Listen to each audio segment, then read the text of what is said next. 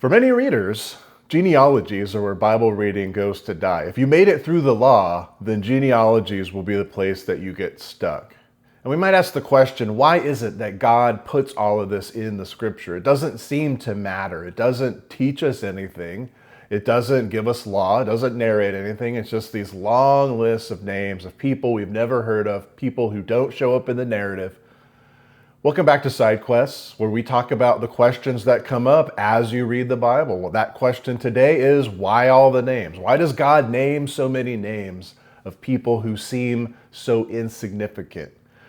So first of all, let's just remind ourselves that names are important for many reasons, especially in the ancient world, where today, maybe not so much. We don't worry about our genealogy too far. Sure, some of us might go and check and take a look because we're interested in where our people came from. So many of us, though, are, mixed heritage way back when, that those kind of things are, one, difficult to suss out, and two, they don't necessarily tell us much about our identity and who we are. And so they're not nearly as important as they were in the past. So names ground the scriptures in real history, number one.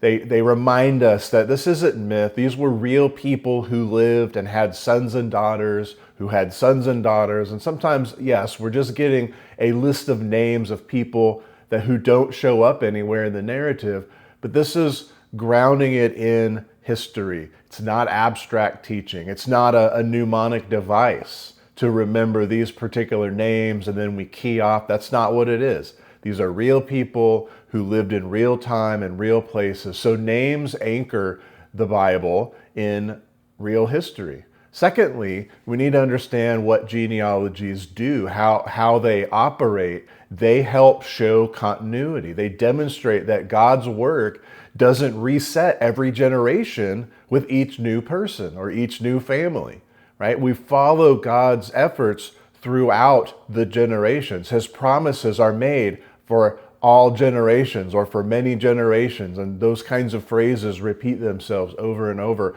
So these promises move us forward over time, and it is the genealogies that help us track that time. For example, when I teach United States history in college, I often use the presidents of the United States as our time tracker, as our timeline. Rather than a standard timeline, which is super boring, I use the presidents of the United States. And so we often talk about these lists of presidents and what they did and what was going on. And that grounds us in the years sometimes. That grounds us in larger eras sometimes. And I believe that these genealogies help show continuity in that way. And so faithfulness then, because of these genealogies, because we have them, faithfulness is tracked over time, and it's not just assumed. So we see these people passing down instruction and faith, and they weren't all faithful. Not everyone was always faithful, but they show us continuity. They're not just there for trivia. And the third point here is that ancient identity was found in a person's lineage. Their people were their identity. Lineage meant or equals identity. Lineage equaled legitimacy. Lineage equaled belonging. And it wasn't just a Hebrew thing. This was true of pretty much every group of people in those ancient times. And so, again, think of Israel and how important genealogies are and what family you come from. In the readings we're doing now, in Leviticus, Numbers, and now Deuteronomy this week, what family you're in matters, especially if you're a Levite. The Levites were assigned particular duties with regard to the tabernacle and serving the priests. Aaron's family in particular are the priests. And so they have particular duties. You must absolutely be from that lineage in order to perform those duties. Otherwise, you were disobeying God's law. Later on, it'll become clear, kind of already has been told, but it'll become clear that the kings come from Judah. And this will be a point made much later in the New Testament, that Jesus came from the tribe of Judah, that his lineage was from Judah, therefore he was legitimate. And there was more than that, but that was the beginning of that. There'll be a point made later in Hebrews that Jesus is a high priest, but he's from the tribe of Judah. So by the law, he couldn't be the high priest, but because now there's a new law, a different law, he now can be the high priest. And so lineage helps with that kind of thing. Lineage equals belonging. You are of this people, of that people. Again, when you read about people in Scripture, we're often told who they are by who their family was. People didn't generally have last names like we do now. And so so-and-so is the son of so-and-so. Joshua is the son of Nun, and so on. And that helps identify and place him in a certain family group and a certain genealogy, a certain lineage. So today we would have things that resemble that, but they're not genealogies. They're more like, well, we use resumes. Today you might have a LinkedIn profile that has all of this information about you, or maybe a Facebook page. We have credentials, we have family records. For a while, everything was written in the gigantic family Bible. I don't think people do that anymore. We have this more digital age. And so we have, again, LinkedIn profiles and Facebook profiles and different things. And that is kind of a parallel to that, at least as far as we see it. But I honestly don't know the names of my great-grandparents. I wish I did. I'm sure I could go find that out pretty easy. I was lucky enough to be very close to all of my grandparents. My grandchildren know most of their great-grandparents. It's wonderful. And I think there's a couple of great-greats in there somewhere. But that's as far as that's ever going to go, probably. And so, again, in the ancient world, lineage tells everyone who you are. It explains who you are. It is a gigantic part of your identity. Another point here is that genealogies are important because they protect the story.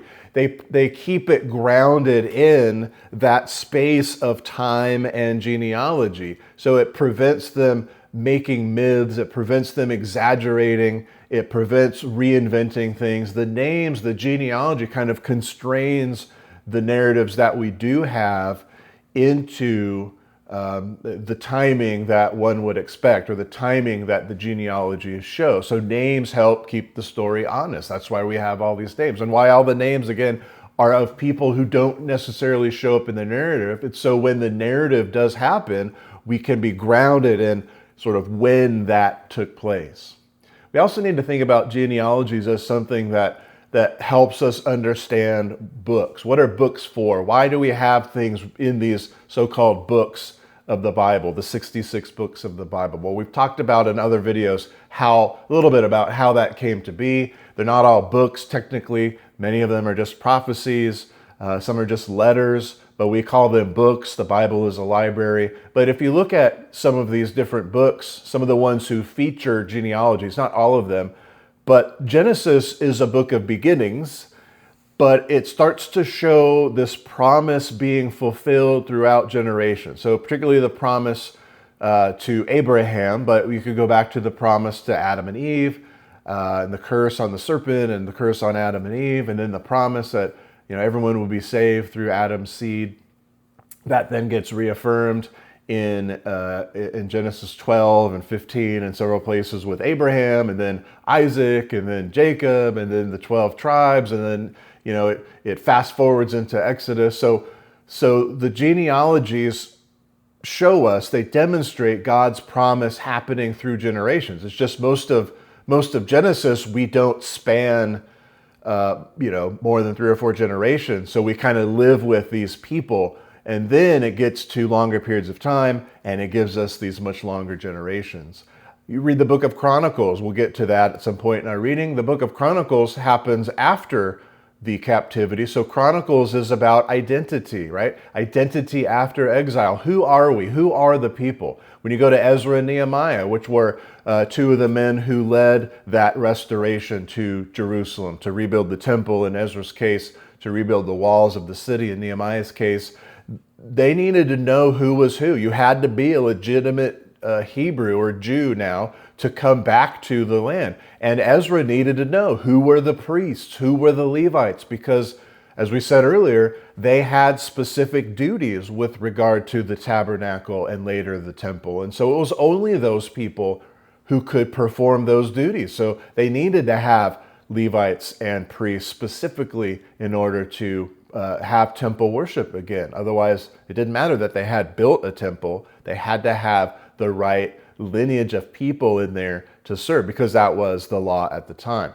Read the book of Matthew. There's a genealogy of Jesus, and the essential point there is Matthew is just demonstrating that Jesus is in fact in the lineage of kings. He belongs to the family of David, and so he has the right to be the king of Israel. And then Luke's genealogy of Jesus is more focused on saying Jesus was a man, was a human being, and place him within the genealogy of all humanity. And so these lists aren't filler.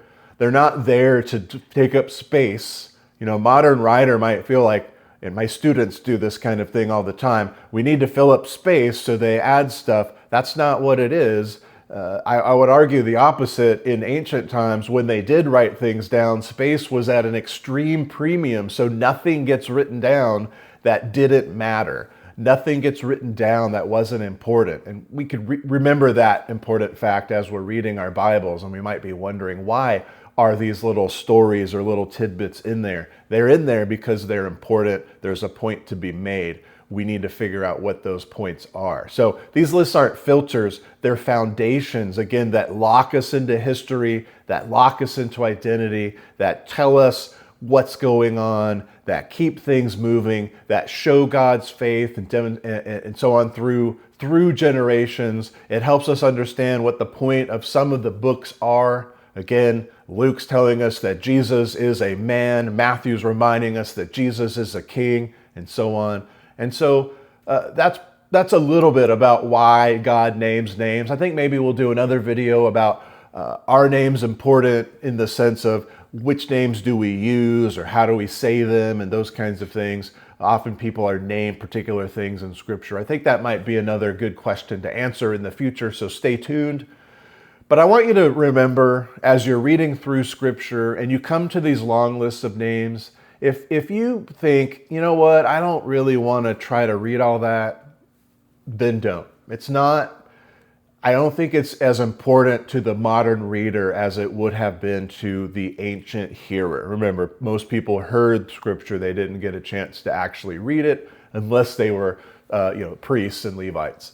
So if you're skimming the names, that's okay. But at least now you can understand why the names are there, why the genealogies are there. That might help you to, again, grasp a little bit better what these books are trying to tell us. It might help you read those genealogies a little more closely. I'll tell you what happens in my experience as you read the narratives and the names start to pop out of the people who are active in the narratives. When you go back and read the genealogies, you'll start to remember those names. Those names will stand out, and that's the point. You'll read about Joshua, and who's Joshua, or Caleb, or Dothan, right? One of the rebels with Korah, and we realize who he was because their names will pop out of the genealogies, and I believe that's part of the intent. So again, don't worry about it if you're going to just kind of skim through all that.